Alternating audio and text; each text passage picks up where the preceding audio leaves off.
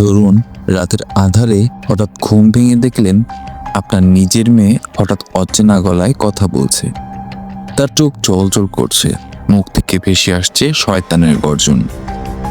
1976 সাল, মাত্র 23 বছরের এক তরুণী অ্যানেলিজ মিশেল। দিনে একদম ঠিকঠাক, আর রাতে যেন এক ভয়ঙ্কর দানবের খেলনা। সে কাঁপত, চিৎকার করত, নিজের শরীরকেই ছিঁড়ে ফেলত, আর চারপাশে সবাই বিশ্বাস করত সে অভিশপ্ত।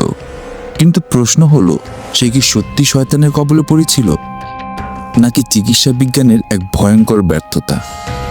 আজ আমরা জানবো সেই ভৌতিক সত্যের কাহিনী, যা অনুপ্রাণিত করেছে বিখ্যাত cinema the exorcism of Emily রোজ।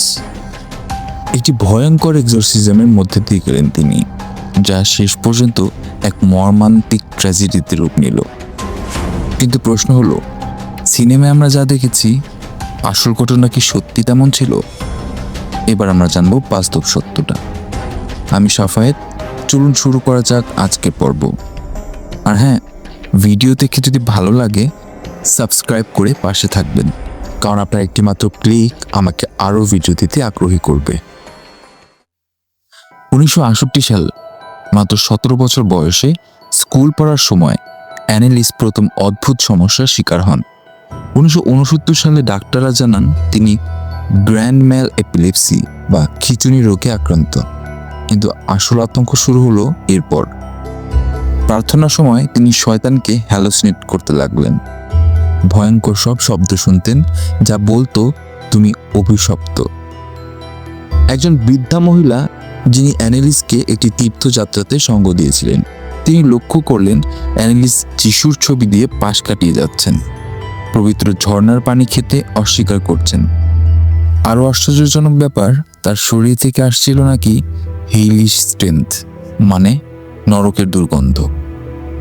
এরপরই একজন এক্সোরসিস্ট তাকে পরীক্ষা করে জানান সে দানবের দ্বারা আচ্ছন্ন।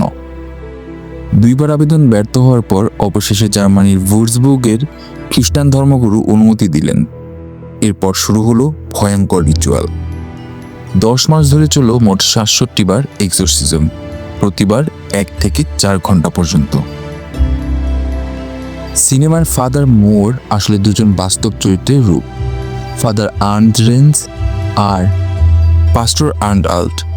এরা দুজনই অ্যানেলিজের এক্সোরসিজম পরিচালনা করেছিলেন।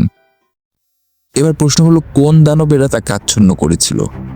অ্যানেলিজ দাবি করেছিলেন লুসিফার, যিনি শয়তান স্বয়ং; জুদাস ইস্কারিয়ট, যিনি যিশুর বিশ্বাসঘাতক শিষ্য; নিরো, একজন রোমান সম্রাট; কেইন, যিনি বাইবেল অনুযায়ী প্রথম খুনি; হিটলার, যাকে আমরা সবাই চিনি; এবং ফ্লাইশম্যান, এক অপদস্থ পুরোহিত। Vater, ich hätte mir nie gedacht, dass das so grausam ist. Ich habe mir immer gedacht, ja. Wann bist du da zu? Ich hab recht dazu, dass ich in dem Wald rein bin. Ich trag dir die Rotznasen aus. অ্যানেলিস কি করতেন? সে মেঝেতে পড়ে থাকা নিজের প্রস্রাব চেটে খেতেন, আশেপাশের পোকামাকড় আর কয়লা খেতেন, মৃত পাখির মাথা কামড়ে ছিঁড়ে ফেলতেন। টানা 2 দিন টেবিলের নিচে কুকুরের মতো ঘেউ ঘেউ করতেন। এক্সোরসিজমে কি ঘটেছিল? 67 বার এক্সোরসিজমে তিনি প্রায় 600 বার হাঁটু গেড়ে পড়েন। এতে তার হাঁটুর লিগামেন্ট ছিঁড়ে যায়। শেষ দিকে এতটাই দুর্বল হয়ে পড়েন যে তার বাবা মা তাকে ধরে নাড়াচাড়া করাতেন। প্রশ্ন হচ্ছে, ডক্টর কি ডাকা হয়েছিল? না, তিনি যখন একবারে খেতে অস্বীকার করেছিলেন তখনও ডাক্তার ডাকা হয়নি। আদালতে বলা হয়, যদি তাকে জোর করে খাওয়ানো হতো তবে তিনি হয়তো বেঁচে যেতেন। কিন্তু তিনি কেন খেতে অস্বীকার করতেন? সে বিশ্বাস করতেন খাবার খেলে শয়তান আবার তার দেহে শক্তি পাবে।